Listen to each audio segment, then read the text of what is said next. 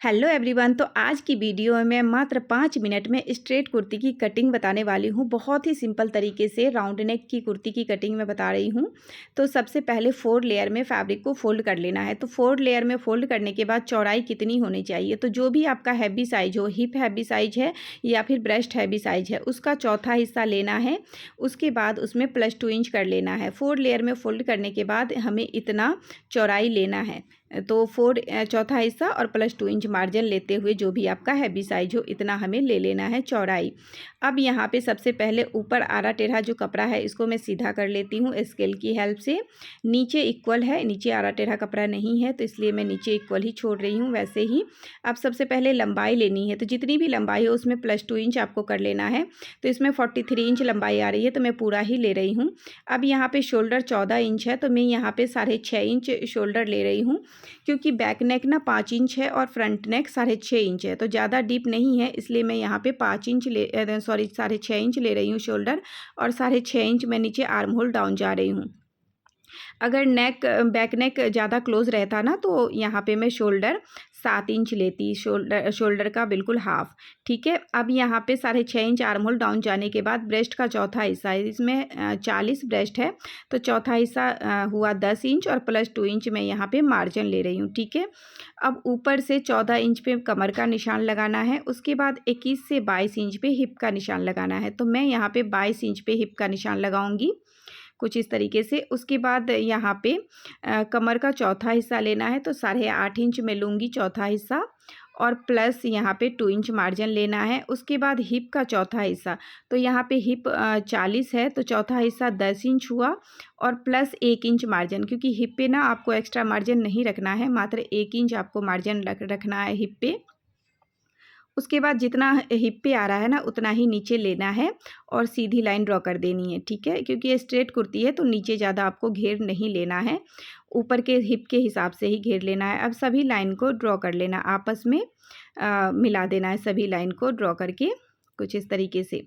अब यहाँ पे आर्म होल के शेप को ड्रॉ करेंगे, तो यहाँ पे 1.25 इंच पे कॉर्नर से मैं 1.25 इंच पे गोलाई दूंगी। ठीक है। बैक आर्म होल की, फ्रंट आर्म होल के लिए मैं 1 इंच यहाँ पे देख सकते हो, आर्म होल नाप के मैं देख ली कि इक्वल आ रहा है या नहीं। अब 1 इंच अंदर की तरफ मैं जाऊंगी और यहाँ पे इस तरीके से तिरछी लाइन ड्रॉ करते हुए मैं यहाँ पे फ्रंट आर्म होल की शेप दे दूंगी। ठीक है, कुछ इस तरीके से। तो फ्रंट आर्म होल की शेप देने के बाद अब यहाँ पे इसकी कटिंग कर देनी है। तो पहले आपको बैक आर्म होल के हिसाब से ही कटिंग करनी है। बैक पार्ट को निकालने के बाद यहाँ पे फ्रंट आर्म होल के हिसाब से मैं कटिंग करूँगी। तो कुछ इस तरीके से यहाँ पे मैं इसकी कटिंग कर दूँगी।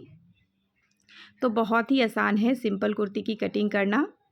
तो यहाँ पे नेक की मैं कटिंग नहीं करूँगी, क्योंकि नेक ना मैं यहाँ पे बुकरम पे बनाऊँगी, क्योंकि बुकरम पे जो नेक बनाते हैं ना तो बहुत ही फिनिशिंग के साथ नेक बनता है। तो यहाँ पे नेक की चौड़ाई ना मैं 3 इंच लूँगी बुकरम पे, और नेक की गहराई बैक में ना 5 इंच लूँगी, और फ्रंट में मैं 6.5 इंच लूँगी। ठीक है। अब इस तरीके से कुर्ती की कटिंग हो गई है। अब यहाँ पे फ्रंट आर्म होल की बैक पार्ट को निकालने के बाद फ्रंट आर्म होल की यहाँ पे छटाई कर देनी है फैब्रिक को मिलाते हुए कुछ इस तरीके से। बहुत फिसलने वाला कपड़ा है, कॉटन फैब्रिक नहीं है ये। तो कुछ इस तरीके से यहाँ फ्रंट आर्म होल की शेप दे देनी है। तो ये कुर्ती की कटिंग हो गई है। अब यहाँ पे मैं स्लीव की कटिंग करूँगी। तो स्लीव की कटिंग के लिए जो बचा हुआ कपड़ा है उसमें 4 लेयर में फ़ोल्ड कर देना है। तो स्लीव की कटिंग के लिए भी 4 लेयर में फ़ोल्ड करना है। तो पहले मैं लंबाई से फ़ोल्ड की हूँ, उसके बाद यहाँ पे मैं चौड़ाई से फ़ोल्ड की हूँ। तो यहाँ पे कुछ इस तरीके से फ़ोल्ड कर लेना है। फ़ोल्ड करने के बाद सबसे पहले यहाँ पे मैं लंबाई लूँगी, तो जितनी भी लंबाई हो उसमें +2 इंच कर लेना है। तो यहाँ पे मैं 18 इंच लंबाई है तो मैं 20 इंच पे निशान लगा ली हूँ। उसके बाद ऊपर से 3.5 इंच पे मैं एक निशान लगाऊंगी। 3.5 इंच पे निशान लगाने के बाद ऊपर कॉर्नर से यहाँ पे आर्म होल का हाफ जाना है। 8 इंच में गई हूँ, और जितना कुर्ती में मार्जिन है उतना ही मार्जिन ले लेना है।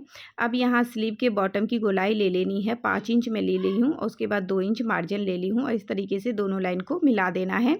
उसके बाद यहाँ पे ऊपर से स्लीव का शेप दे देना है कुछ इस तरीके से, और इसकी कटिंग कर देनी है पहले। तो वीडियो अगर अच्छा लग रहा हो तो प्लीज़ लाइक शेयर ज़रूर कीजिएगा। ऐसे और वीडियो देखना चाहते हैं तो चैनल को सब्सक्राइब भी कर लीजिएगा। अब यहाँ पे फ्रंट स्लीव की जो छटाई होती है वो करनी है, तो फ्रंट से फ्रंट मिलाते हुए आपको ये छटाई करनी है, इस चीज़ का आप ध्यान रखें। अब यहाँ पे इस तरीके से सेंटर मार्क करते हुए हल्का सा 1/2 इंच में इसकी छटाई कर दूँगी। Thank you for watching. Bye.